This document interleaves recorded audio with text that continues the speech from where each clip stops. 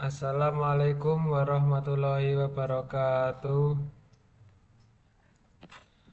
Pada kesempatan kali ini, kami dari kelompok 6 akan mempresentasikan analisis clustering pada dataset yang diambil dari dataset TikTok dengan clustering metode Kamin, Kamedoid, dan DBScan.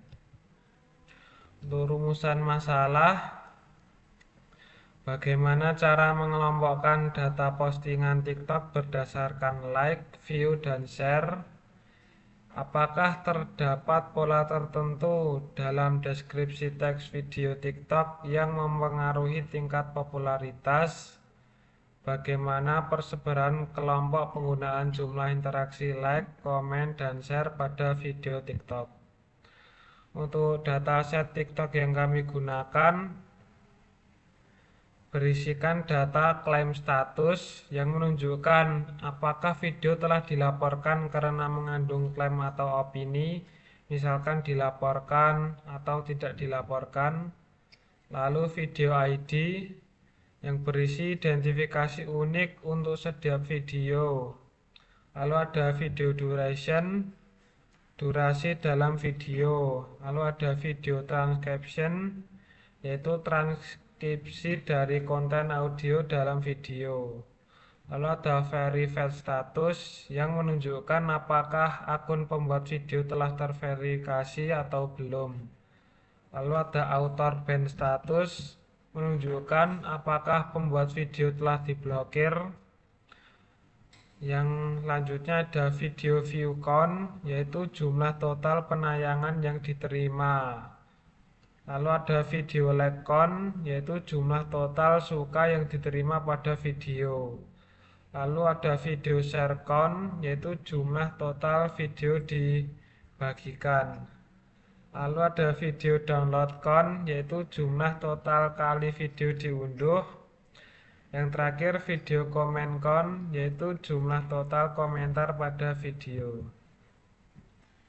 Lalu yang selanjutnya retrieve data akan dijelaskan oleh Mas Dika.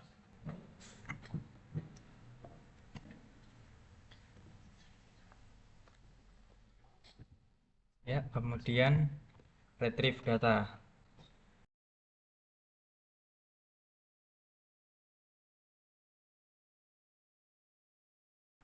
Retrieve data atau retrieve TikTok data, tahap awal dimulai dengan proses retrieve data yang disebut TikTok data.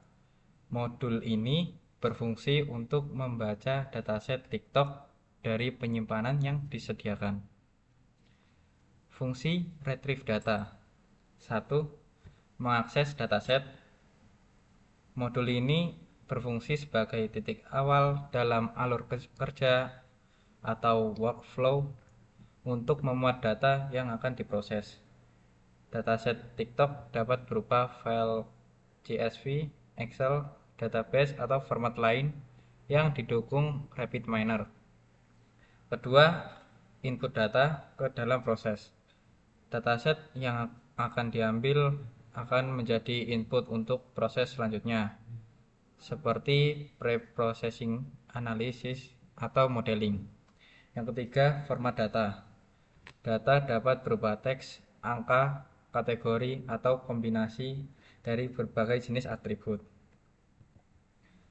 Kemudian, pre-processing data. Dataset role menentukan peran atribut seperti menetapkan atribut target atau atribut yang tidak dipakai. Fungsi utama menentukan peran dari atribut atau kolom dalam dataset yang digunakan. 1. Menetapkan atribut target.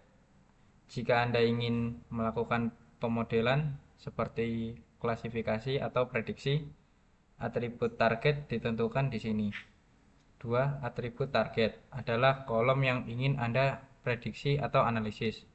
Yang ketiga, atribut nonaktif atau ignore. Anda dapat menandai atribut yang tidak ingin digunakan dalam pemrosesan. Menentukan peran khusus selain atribut target, Anda bisa menetapkan atribut sebagai ID, weight, atau metadata. Kemudian nominal to text.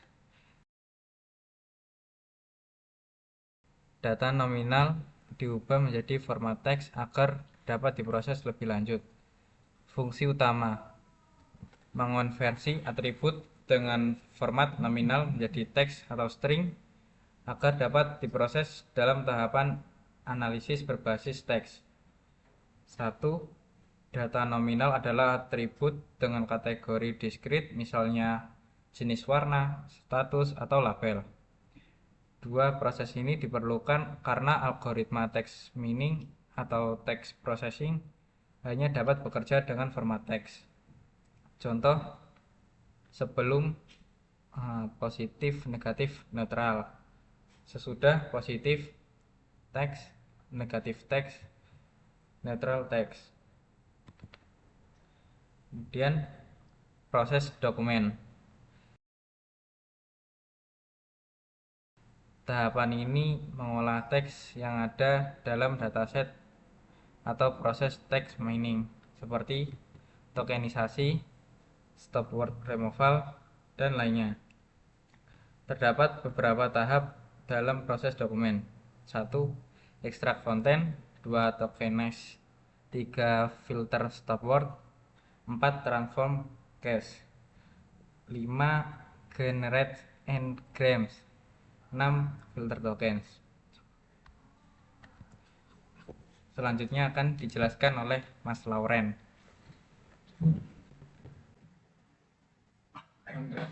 Proses dokumen di bagian ekstrak konten. Fungsi modul ini mengekstrak konten atau teks mentah dari sumber data input. Lalu data bisa berupa dokumen seperti teks, HTML, atau format lainnya. Outputnya berupa dokumen dalam bentuk data teks siap untuk diproses lebih lanjut. Lalu untuk tokenize, fungsinya itu model ini membagi atau split teks menjadi unit-unit kecil yang disebut token atau biasanya kata-kata. Proses ini sangat penting dalam NLP karena membantu memisahkan teks untuk analisis lebih lanjut. Contohnya kalimat ini adalah contoh data. Diubah menjadi token, ini adalah contoh dan data. Lalu selanjutnya adalah filter stop word. Fungsinya menghapus stop word dalam bahasa Inggris, yaitu kata-kata umum yang sering muncul tetapi tidak memiliki makna signifikan dalam analisis teks. Contoh stop word: the, is, and, of, dan sebagainya. Tujuannya mengurangi kebisingan noise dalam data sehingga hanya kata-kata penting yang dipertahankan.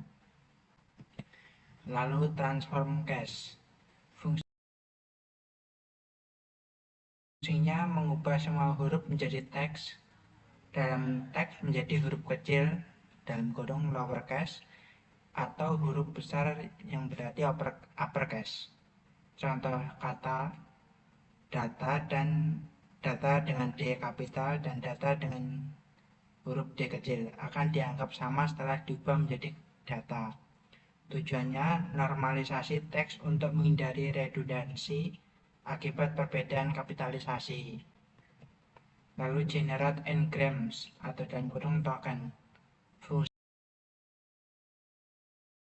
Fungsinya membuat engrams, yaitu kombinasi kata-kata yang berdekatan menjadi panjang n tertentu. Untuk contohnya, teks data processing dengan n sama dengan 2 atau bigrams. Hasilnya adalah data processing jika n sama dengan 1. N1 atau dalam kurung unigram.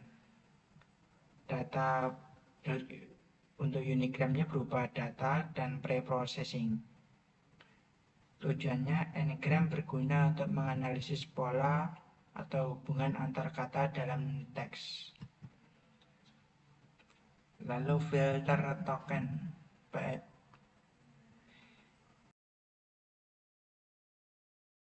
Fungsinya menyaring token berdasarkan panjangnya, misalnya token dengan panjang huruf di bawah atau di atas ambang tertentu akan dihapus. Contoh token seperti A atau is, panjangnya sekitaran 1-2 karakter. Dapat dihapus jika tidak relevan. Tujuannya mengurangi kata-kata pendek yang umumnya tidak signifikan dalam analisis. Lalu clustering min akan dijelaskan oleh Mas Henry.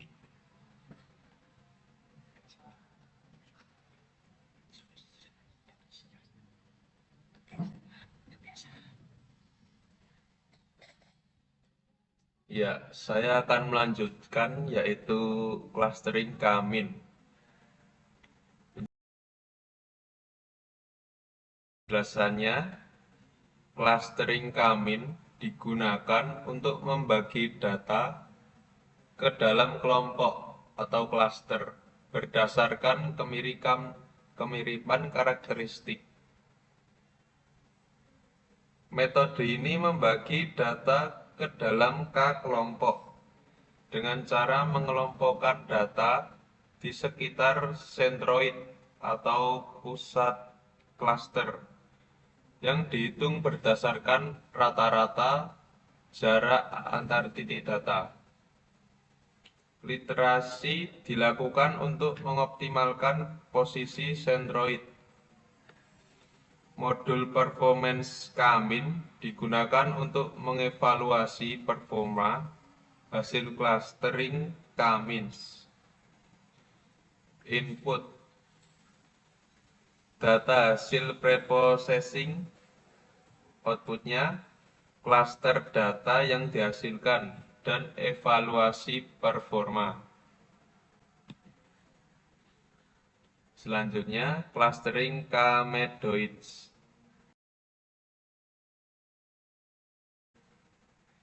Clustering K-medoids digunakan sebagai alternatif K-mins.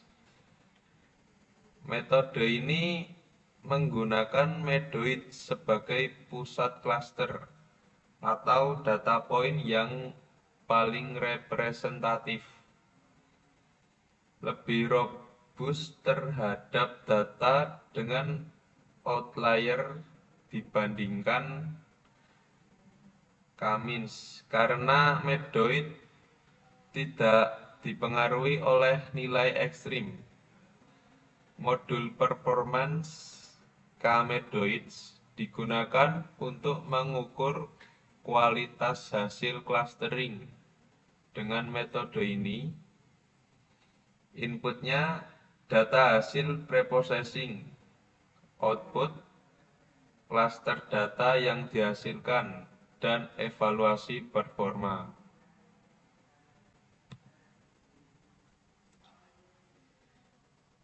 Selanjutnya, clustering DB-scan. Clustering DB-scan atau disebut juga Density Based Spatial Clustering of Application with Noise. DB-scan metode clustering berbasis kepadatan data. Membentuk cluster berdasarkan area dengan kepadatan tinggi, mengabaikan titik-titik dengan kepadatan rendah. Disebut juga outlier atau noise. Tidak memerlukan jumlah cluster sebagai parameter, berbeda dengan K-mins dan K-medoids. Input berasal dari data hasil preprocessing kedua. Inputnya data hasil preprocessing, outputnya hasil cluster DB-scan. Selanjutnya kesimpulan akan dijelaskan oleh Mas Marianto.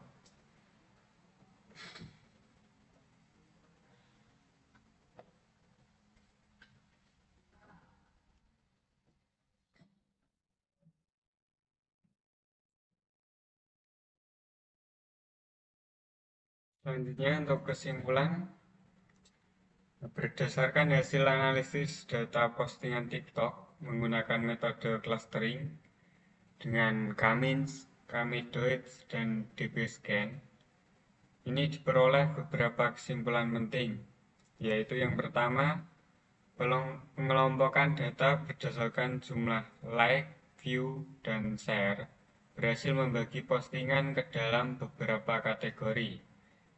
Jadi postingan dengan interaksi tinggi dikelompokkan sebagai konten populer, sementara postingan dengan interaksi sedang dan rendah menunjukkan performa rata-rata hingga kurang populer. Nah, ini untuk konten populer ini dijadikan ke klaster 1 dan kurang populer untuk klaster 0.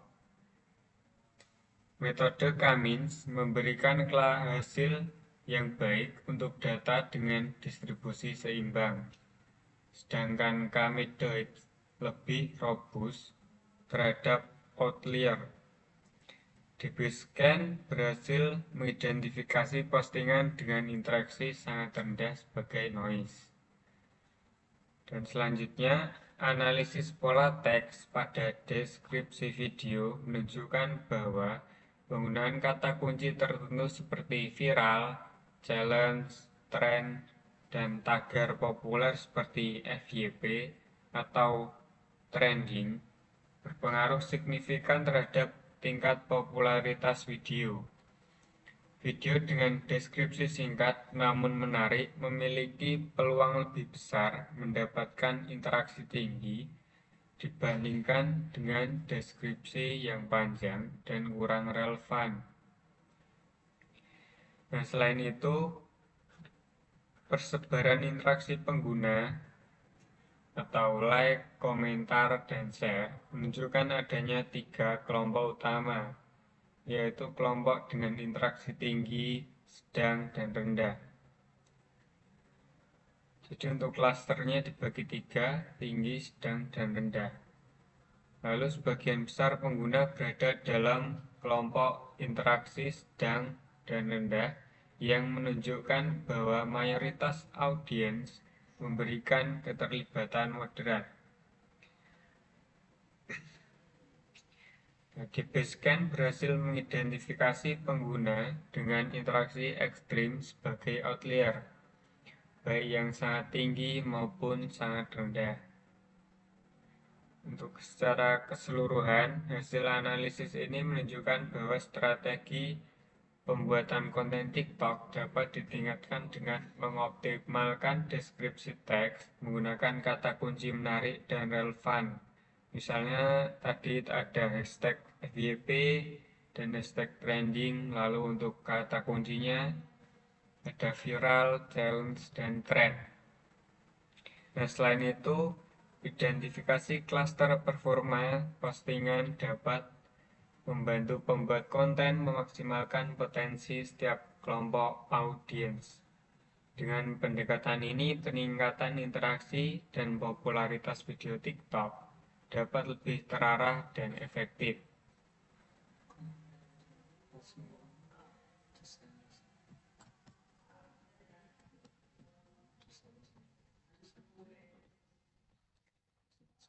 Nah, ini untuk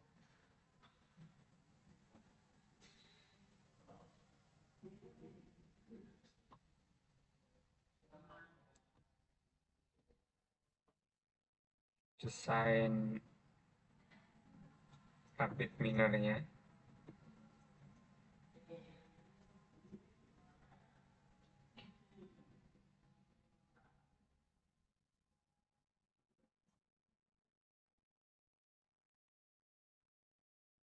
Ini ada dataset TikTok, yaitu ada 100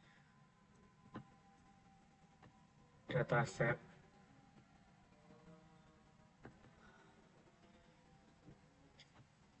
Ini untuk set role-nya ada 4, video ID, video like count, video view count, dan video share count.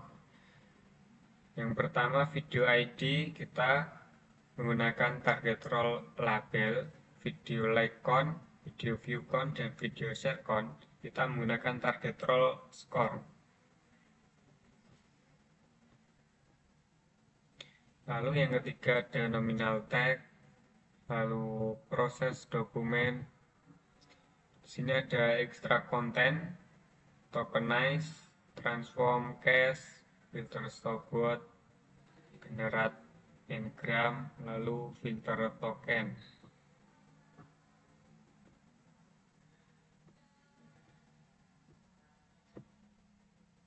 Lalu yang pertama kita menggunakan clustering kamin.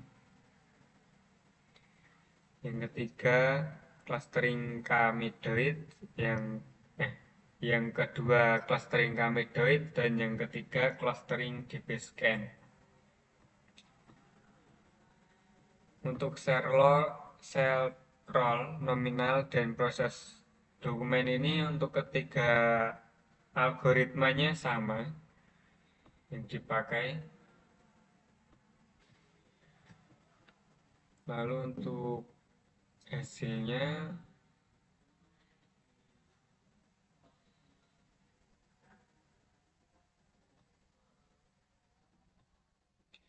ini untuk hasil clustering kamin.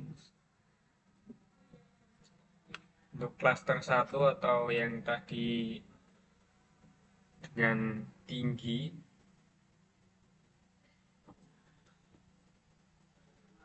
hasilnya kurang lebih seperti ini.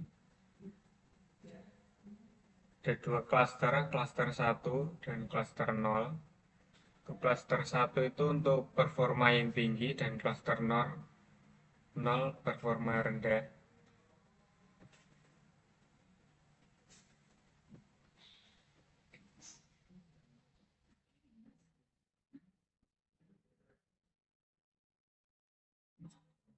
Ini performance vector dari kamin.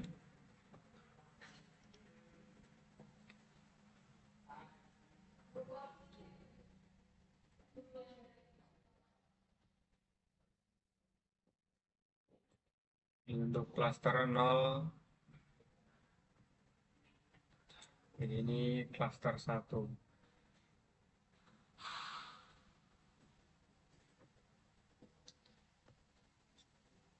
Lalu yang kedua, clustering kamidoid.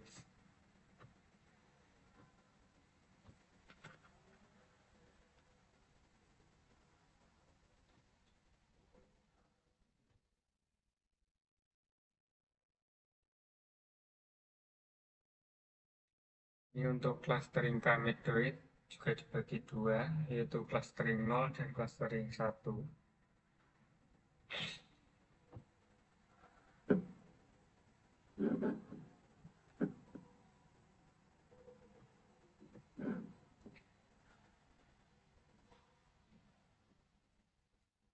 Untuk hasilnya hampir mirip yang kedua. Lalu performance vector dari kamidoid.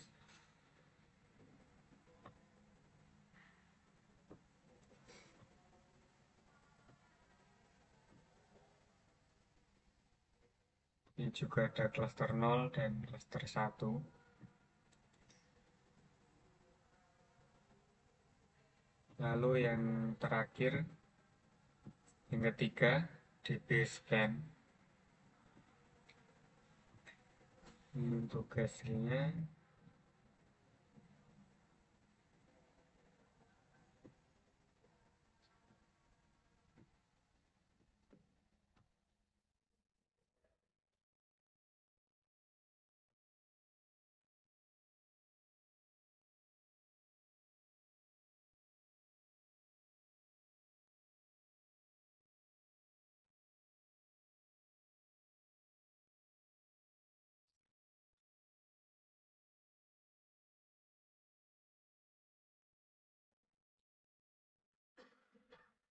Kurang lebih seperti itu untuk presentasi dari kelompok kami. Kurang dan lebihnya mohon maaf. Assalamualaikum warahmatullahi wabarakatuh.